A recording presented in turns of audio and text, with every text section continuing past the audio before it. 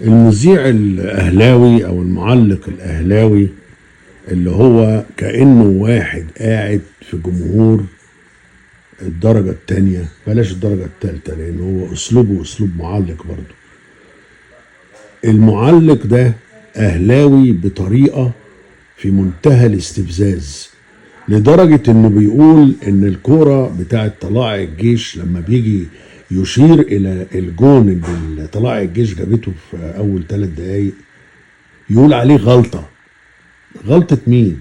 ده غلطة مين؟ ده لعبة حلوة جدا مرفوعة كورنر، وبعدين واحد راح شايطها في الجون، ما راحتش ستريت على الجون، جات لمحمد عاطف اللي الزمالك فرط فيه، وراح حاططها بكعبه في الشناوي اللي واقف ينظم المرور.